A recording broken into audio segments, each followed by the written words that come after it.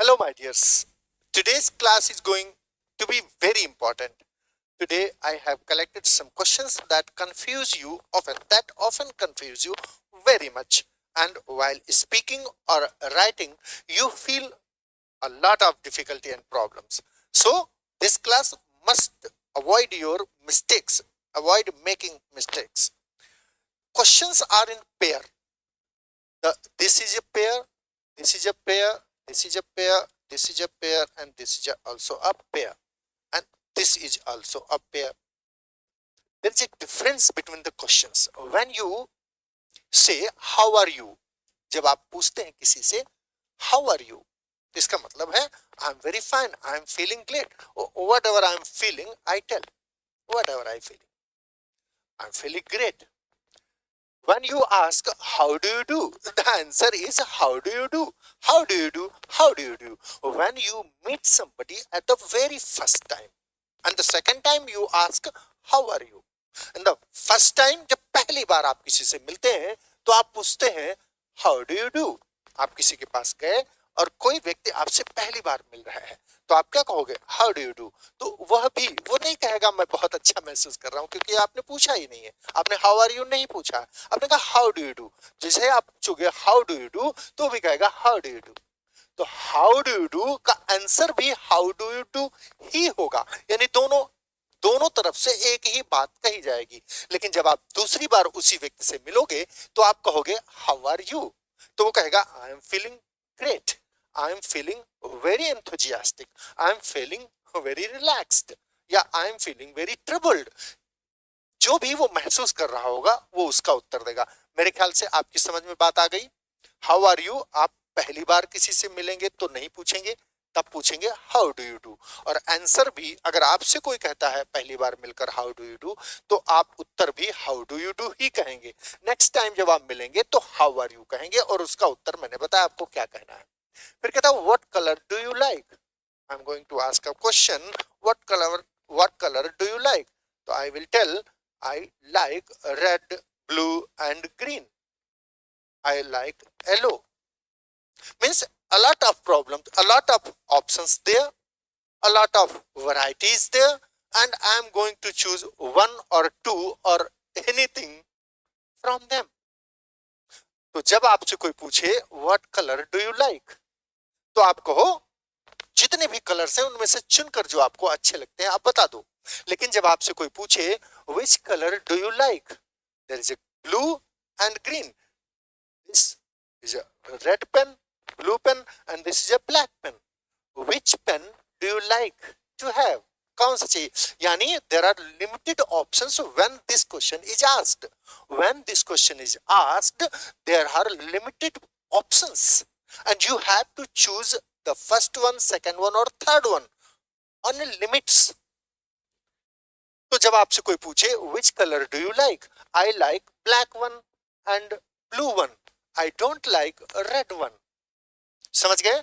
तो what color do you like जब आपसे कोई पूछे, तो you have to tell the answer from all the varieties you know. जितनी भी varieties आप जानते हैं उन सभी से आप पिक करके एक आंसर दे दीजिए। और जब आपसे कोई पूछे which color, there are few colors I have, few colors I have, which color do you like, which color do you prefer, तो आप ऑप्शंस में चुनकर बता दें। बात समझ में आ गई? दोनों का ऑप्शन समझ गए? अब जरा देखो इसका क्या है।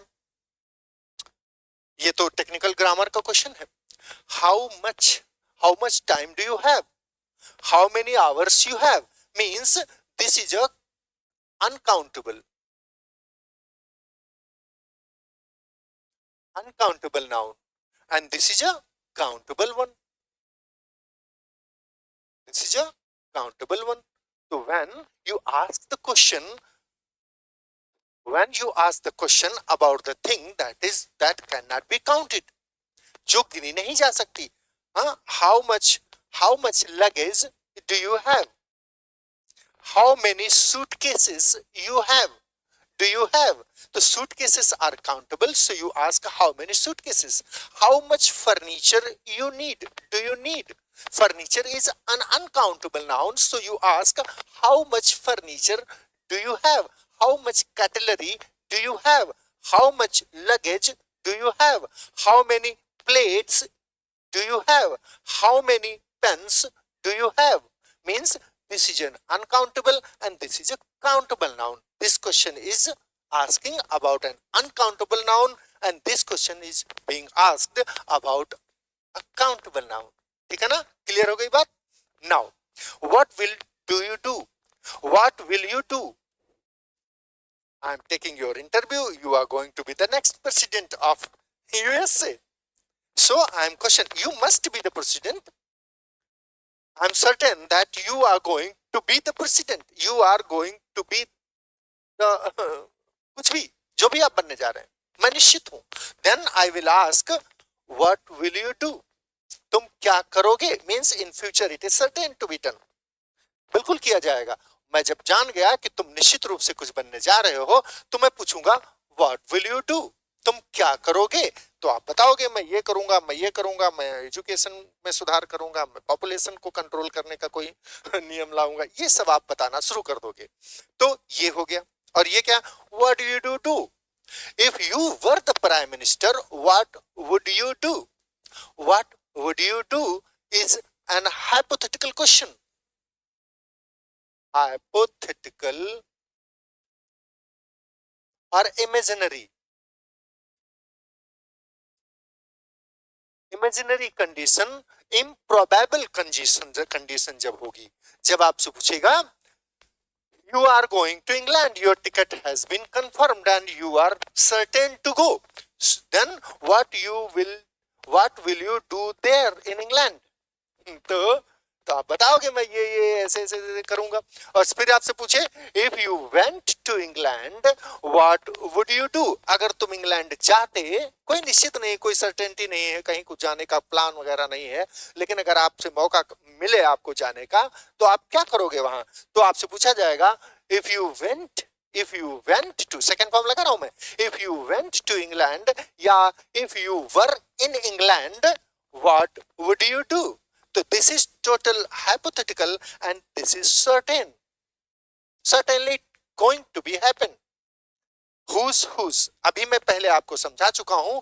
Whose जब भी लिखा जाता है तो इसके मतलब दो होते हैं. एक होता है who is और एक होता है who has. अगर वर्ब की थर्ड फॉर्म आ रही है तो यहां has होगा और अगर ing फॉर्म आ रही है तो ये is होगा. ठीक है ना? तो ये whose हो गया. तो who is या who has है इसका मतलब whose. This is also whose and this is a possessive interrogative word. Possessive interrogative word. Whose book do you like to read? Whose book do you like to read? तुम किसकी किताब पसंद करोगे पढ़ना?